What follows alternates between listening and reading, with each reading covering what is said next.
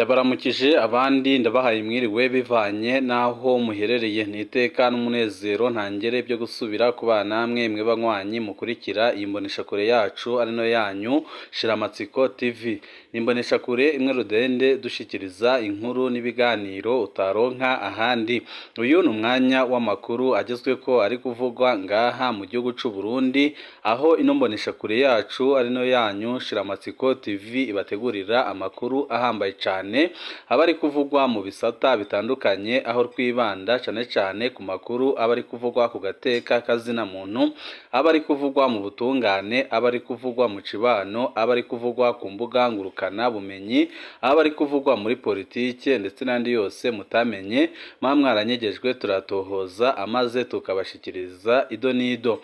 Tubazaniye amakuru ahambaye cyane kandi adahumuriza ari kuvugwa ngaha mu gihugu c'u Burundi, aho Perezida Evariste Ndayishimiye akomeje gukora ibikorwa bigayitse kandi biteye ubwoba ku barundi batandukanye bariko bararenganywa n'ubutegetsi bwiwe. Turaza kubigaruka ko mwido nido ry'amakuru, aho tuza kubabwira byinshi kandi bihambaye byerekana ko Perezida Evariste Ndayishimiye yananiwe gutwara igihugu c'u Burundi, kandi byerekana ko Perezida Evariste Ndayishimiye ari umwiyorobetsi ku rugero rutarigera rubaho, aho benshi mu barundi batanguye kuvuga ko igihe kigeze kugira ngo basezerere iyi ntwaro y'agahotoro, intwaro y'agacinyizo, intwaro imaze imyaka myinshi ipfukamye mu nda abarundi, aho benshi babona ko amagorwa barimwo uyu munsi yose bayaterwa n'ubutegetsi bubi bwa Perezida Evariste Ndayishimiye, kuko agishika ku butegetsi abarundi batari bake bari bamufisemwo amizero, ariko uko imyaka yagiye ishira niko byagiye boneka neza ko Perezida Evariste Ndayishimiye ataco ashobora kumarira igihugu n'abarundi, cyane abarundi barenganywa n'intwaro ya CNDD FDD. Byose nyine muraza kubikurikira mwido nido ry'amakuru. Turaza kubabwira ko nta biganiro bishoboka n'u Rwanda mu gihe batotanga abarongoye umuharire zitabara Jerome Niyonzima, akaba ariwe wabitangaje akavuga ko atabiganiro bakeneye hagati y'u Burundi n'u Rwanda mu gihe u Rwanda rutaremera gutanga abarongoye umuhari Reditabara, dore ko leta y'u Burundi imaze igihe kitari gito ivuga ko abarongoye Reditabara bacumbitse ku butaka bw'u Rwanda, aho leta y'u Burundi yemeza ko abarongoye Reditabara ari barya nyine bagerageje gutembagaza ubutegetsi mu mwaka wa 2015, aho Perezida Evariste Ndayishimiye avuga ko abo bagerageje gutembagaza ubutegetsi mu mwaka wa 2015 aribo barongoye Reditabara, ariko ibyo adahurizaho n'abarundi isinzi, aho abarundi bose bazi ko Reditabara yatanguye kera kandi ko Reditabara itarongowe n'abagerageje gutembagaza ubutegetsi, kuko abagerageje gutembagaza ubutegetsi barongowe na Godefroid Niyombare. Leta y'u Burundi ivuga ko ari mu Rwanda mu gihe Reditabara yavutse Godefroid Niyombare ariwe urongoye igisirikare c'u Burundi. Ni ibintu byerekana ko Perezida Evariste Ndayishimiye ibyo abavuga atafatiro bifise, kandi ari remetanya rikomeye cyane kubera inyungu zikomeye cyane afitanye n'igihugu ca Kongo, aho ari kuyora amadolari atari make ku bana b'u Burundi bariko baricirwa muri Kongo kuva intambara ihuza leta ya Kongo ndetse n'umuhari M23 yatangura. Leta Perezida Evariste Ndayishimiye ikemera gutanga abasirikare b'u Burundi kugira ngo bajye gufasha Tshisekedi, ariko bahageze ibintu ntibyabagendekeye neza kuko baricwa umunsi ku munsi, ariko Perezida Evariste Ndayishimiye agashaka akaba atareka kubagumya kubarungikayo kuko abona amafaranga menshi cyane, akaba ari nayo mvo yo kugira ngo umubano w'u Rwanda n'u Burundi utosekare, kuko Perezida Evariste Ndayishimiye yabonye ko atagomeza kubana n'u Rwanda mu gihe azi neza ko ari kurwana ari kumwe na FDR kandi muzi neza ko igizwe n'abasize bakoze ihonyabwoko mu Rwanda mu mwaka w'1994 bagahungira ubutabera ku butaka bwa Kongo. Akaba ariyo mpamvu Perezida Evariste Ndayishimiye yahise ashaka ibyitwazo mu gihe ibiganiro byari bigeze kure kugira ngo umubano w'u Rwanda n'u Burundi unaguke. Perezida Evariste Ndayishimiye akaba yarahisemo kugumya kuyora amafaranga, akagumya kwica abana b'u Burundi ku butaka bwa Kongo, ariho nyine yashaka ibyitwazo akavuga ko Reditabara irongowe n'abagerageje gutembagaza ubutegetsi bari mu gihugu cy'u Rwanda, kandi bikaba bizwi neza ko ari ibinyoma bikomeye cyane. Hari byinshi twabateguriye kuri ino ngingo turi buze kugaruka ko mwido nido ry'amakuru. Saya gusa n'andi makuru menshi atandukanye ari kuvugwa nga mu gihugu cy'u Burundi, byose nyine mugiye kubikurikira muri ano makuru twabateguriye. Wowe ico busabwa nta kindi, niba ukunda amakuru n'ibiganiro bene nk'ibi utegerezwa gukanda kuri sabone canke subscribe kugira ngo uko dushizeho amakuru n'ibiganiro bene nk'ibi ujye uba uwa mbere mu gushikirwa nabyo.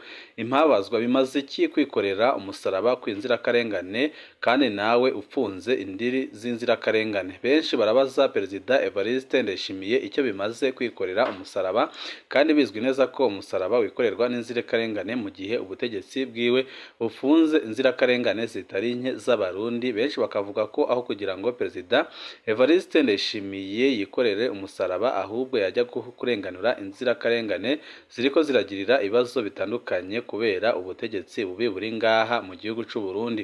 Mu kwezi kw'icenda kuza Christien Butoyi azoba akwije imyaka 10 mu munyororo. Christien Butoyi ntarigera aburana, ntiyanashobora no kuburana.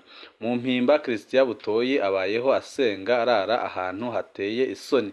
Yagirizwa ko yagandaguye ababikira batatu b'abatariyanokazi biciwe muri paruwasi katolike ya Kamenge muri Nyakanga 2014. Ico caha birazwi ko cakozwe n'iperereza ry'u Burundi ku itegeko ry'umuhisi Generali Adolphe Nshimirimana. Imyaka igiye kuba 4 twibutsa Perezida Ndayishimiye ko yorekura izo nzirakarengane, ariko ntihabinezwe kandi biraboneka neza ko byose abizi n'ibyakozwe icyo gihe arabizi, kuko yari afise amabanga ahambaye mu gihugu cy'u Burundi. Akaba ariyo mpamvu Abarundi batandukanye bavuga ko ataco bimaze kubona yikorera umusaraba w'inzirakarengane mu gihe ubutegetsi bwiwe bupfunze inzirakarengane zitari nkeya. Ejo haheze wari uwa gatanu mweranda, aho abakristu bibuka urubanza rw'akarenganyo rwakorewe Yezu Kristu kugeza naho abambwa ku musaraba. Aho kuja kubohora indiri z'impahazwa bafise mu mabohero, Perezida Ndayishimiye na Angeline Ndayishimiye bahisemo kwifotoza batwaye umusaraba wa Yezu Kristu, bibagiye ko umusaraba ari w'umunyagihugu arenganywa n'abatwara. Bibagiye ko ari umusaraba w'imvuga kuri mu gihugu ca Ryogora duhure. Bibagiye ko ari umusaraba w'uwaharananiye agateka k'abarenganywa maze agahambwa n'abamutwara, kandi bikaba biriko biraba ngaha mu gihugu cy'u Burundi, aho inzirakarengane zitarije ziri gufata zikicwa, abandi bakaba bapfunyiwe mu mabohero atandukanye mu gihugu cy'u Burundi. Kwiremetanya ririko rirakorwa n'ubutegetsi bwa CNDD-FDD. Murazi ibiriko biraba ku banywanyi b'umugambwe seneri bayoboka umushingamateka Gatorwasa, aho bari gufatwa bagapfungwa, abandi bakanyuruzwa n'iperereza bakicwa. Ariko Perezida Evariste Ndayishimiye ntagire ico abikoraho, ariko we arabandanya kwikorera umusaraba, kandi umusaraba ari uw'inzirakarengane. Bimaze iki kwikorera umusaraba wa Yezu Kristu upfunze Christien Butoyi? Bimaze iki kwikorera umusaraba wa Yezu Kristu upfunze Floriano Irangabiye umurenganya ku buryo bugaragarira buri wese? Bimaze iki kwikorera umusaraba wa Yezu Kristu upfunze Dr Christophe Sahabu ariko anyagwa utwiwe? Bimaze iki kwikorera umusaraba wa Yezu Kristu upfunze Emeline Sibomana azira kugwanira abanyeshuri bashurashuzwa n'abarezi babo? Bimaze iki kubona uriko kwikorera umusaraba, uriko urakorera amabi atandukanye abaseneri mu gihugu cose? Bimaze iki kwikorera umusaraba wa Yezu Kristu upfunze Prime Niyongabo batazira komesha, Potential Baridogomba, Stefani Hatungimana, Emmanuel Matata n'izindi ndiri z'abanywanyi ba seneri ubahoye ibyiyumviro byabo? Ibi byose bimaze iki kubona Perezida Evariste Ndayishimiye n'umutambukanyi wiwe bariko barikorera umusaraba mu gihe mu Burundi hari akarenganyo katagira izina? Bimaze iki kwikorera umusaraba wa Yezu Kristu n'abahejeje umunyororo wabo nka Colonel Dieudonné Dushimagize udashobora kubarekura? Nyiricubahiro, iyo utumbera ibohero ukarekura inzirakarengane, wari kuba by'ukuri wikoreye umusaraba wa Kristu, kuko Kristu we yibona muri urya wese upfungiye ubusa. Nyiricubahiro, wowe uyu munsi uri mu kibanza ca Pilato canke Cesare, ntabwo uri mu ruhande rw'abanyagihugu bahonyorwa nka Yezu Kristo mu gihe ciwe.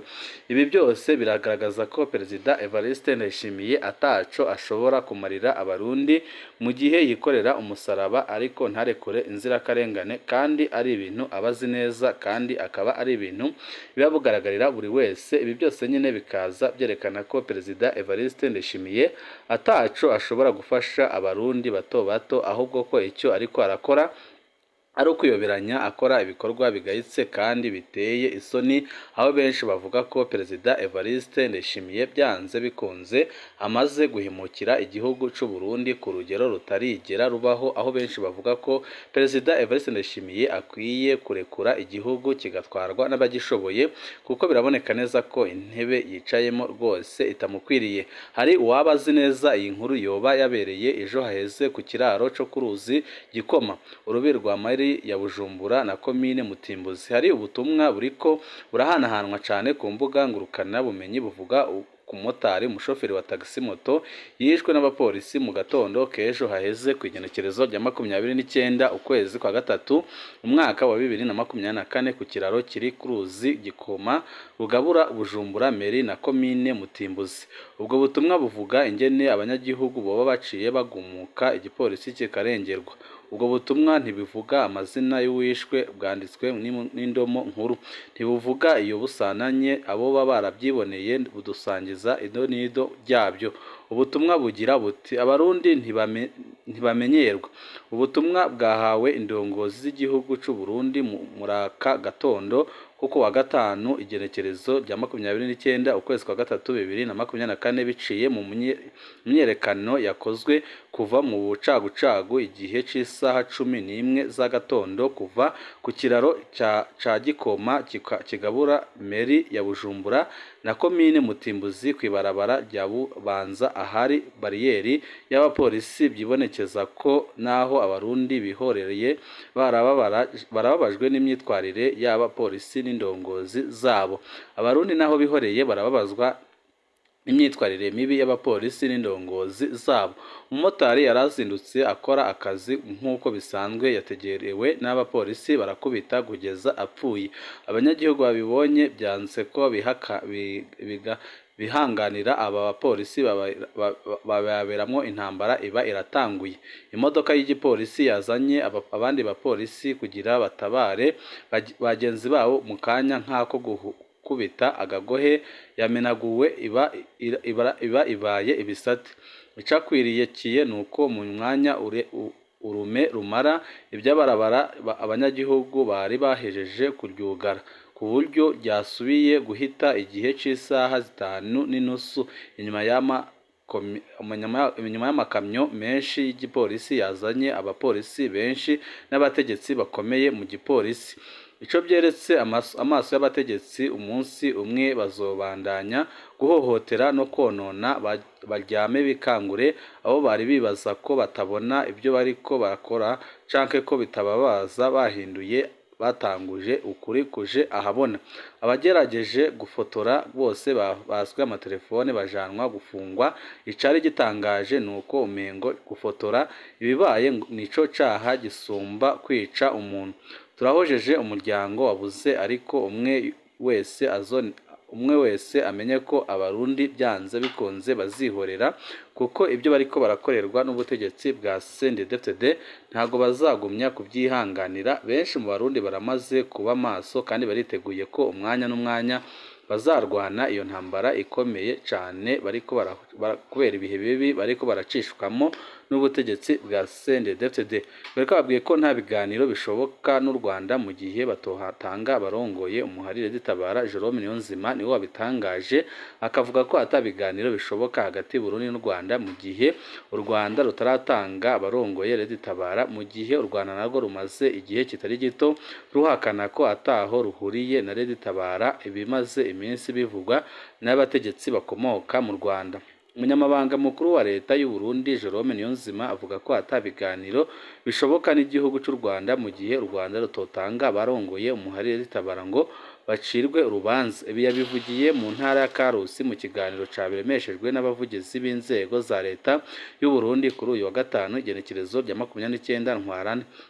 mu gihe abamenyeshamakuru bamubaza ko hoba hari ibiganiro hagati y'u Burundi n'u Rwanda, Jerome Niyonzima yagize ati twarasabye leta y'u Rwanda inshuro nyinshi ko baduha abarongoye umuharire dutabara wama uza kudurumbanya umutekano w'abenegihugu bitekaniye rero nta biganiro bishoboka n'igihugu cy'u Rwanda mu gihe batorungika abarongoye umuharire dutabara ngo bacirwe urubanza kandi ntidushobora no kugurura imipaka u Burundi buhana n'igihugu cy'u Rwanda mu gihe ibyo dusaba bitokubahirizwa ariko ejo canke hirya y'ejo bakarungika abo dusaba nta kibazo ibiganiro bizashoboka. Ibi nibyo yatangaje akavuga ko atabiganiro biri hagati y'u Rwanda mu gihe abarundi batari bake barengewe n'igihombo batewe no kuba leta yabo yarahisemo kugara imipaka yose ihana n'u Rwanda mu gihe abarundi batari bake bashoraga urwabo mu Rwanda kandi bakajya no kuhakora imirimo itandukanye ibateza imbere,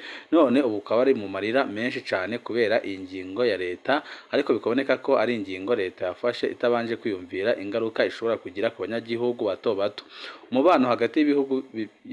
Umubano hagati y'ibi bihugu warasubiriye gutosekara mu ntango z'uyu mwaka muri 2024 mbere leta y'u Burundi yarahavuye irafata ingingo yo kugara imipaka bihana n'igihugu cy'u Rwanda. Leta y'u Burundi yagiriza igihugu cy'u Rwanda gucumbikira abarongoye umuhari Leta Tabara uheruka gukora ibitero iburinga mu ntara Bubanza hama n'ikindi gitero cabaye muri Kigarama mu mwaka wa 2023 muri zone Gatumba. Ibyo bitero byose umuhari Leta Tabara ukaba warabyemanze ari wo wabikoze kandi bikaba biboneka ko ukora ibyo bitero uturutse ku butaka bwa Kongo, ariko leta y'u Burundi yo ikabandanya kwagiriza u Rwanda ko ari rwo rufasha Leta Tabara ibyo u Rwanda rwahakanye rwivuye inyuma rukavuga ko ataho ruhuriye n'umutwe w'iterabwoba urwanya leta y'u Burundi, ariko benshi bakabona ko Perezida Evariste Ndayishimiye yabikoze afise icyo agamije kandi yabikoze afise intumbero yiwe. Ibi byose nyine bikaba biriko biraba ngaha mu gihugu cy'u Burundi kandi bikabiteye inkeke abarundi batari bake babona ko Perezida Evariste Ndayishimiye ataco yigeze akora kugira ngo atunganirize abenegihugu, akaba ariyo mpamvu bashaka kumusezerera ku butegetsi. Amakuru yacu ninga twasoreje mu kandi kanya handi makuru ahambaye cyane ari kuvugwa muri politike nayo muri buze gukurikira kuri no muyoboro wa YouTube Shiramatsiko TV.